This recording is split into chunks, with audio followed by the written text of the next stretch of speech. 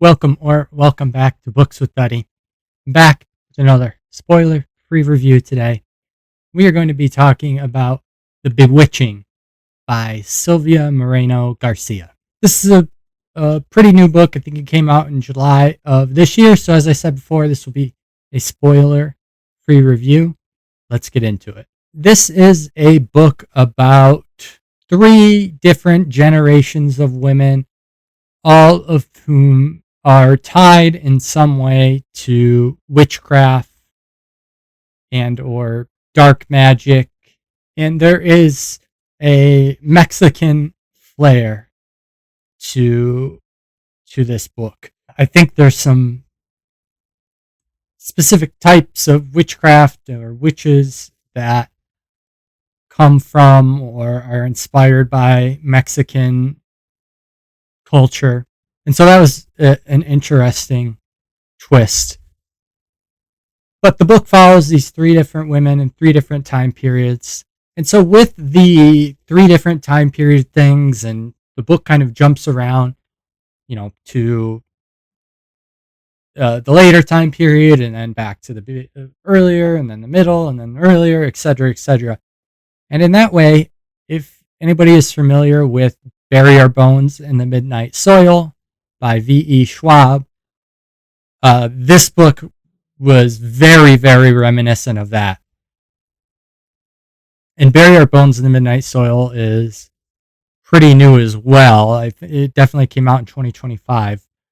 But just the way that there was just constant jumping between time periods was very similar. Now, this book is about 350 pages, and I never really felt like it was dragging on at all. There were times when, I wanted to get back to the middle time period or get back to the later time period just because of how the last chapter might have ended for that time period.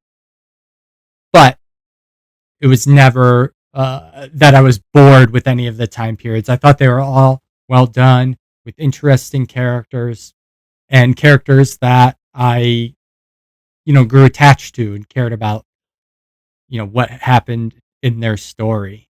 I would say ultimately, to me, the main character was Minerva, who was in the latest time period, which was 1998. But as I said before, the characters in the other time periods were definitely interesting as well. Now, one thing about this book that was a little bit of a letdown, or I don't know if letdown's the right word, but I thought that the twists in this book were pretty obvious. And I'm not someone who's, there always has to be a big twist to think a book is good or a piece of media is good. But if you're going to frame, these plot points as twists, and they're treated as twists, throughout the entire book, then I would hope that, it was actually a twist that did 2 things. One, that was surprising, and 2, that still made sense within the story, and I could go back and say, okay, I could see why this makes sense, or, I missed that clue earlier. It was just very easy to rule people or characters out, as far as, what they were doing or what was happening in certain points of the book. That said, I still really enjoyed the book. For me, this book was, more about the journey than the twists. Now, I compared this book at the beginning to Bury Our Bones in the Midnight Soil, and I don't think this book was quite as good as that book for me. I think there was a lot more character development in our Bury Our Bones in the Midnight Soil, but that book's like 550 some pages. So I could definitely see people enjoying this book more because it is more fast-paced more tight, less world building, and all that stuff.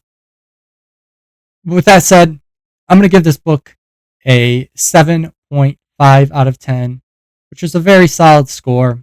I gave Bare Bones and Midnight Soil a 7.9. So if you've already read this book, let me know what you thought. I'm interested in reading more of these authors' books if you have any recommendation. I know there's at least one other called Mexican Gothic that I'll eventually check out. But if you could leave a comment and a like and subscribe, I would appreciate that. And I hope to see you back soon.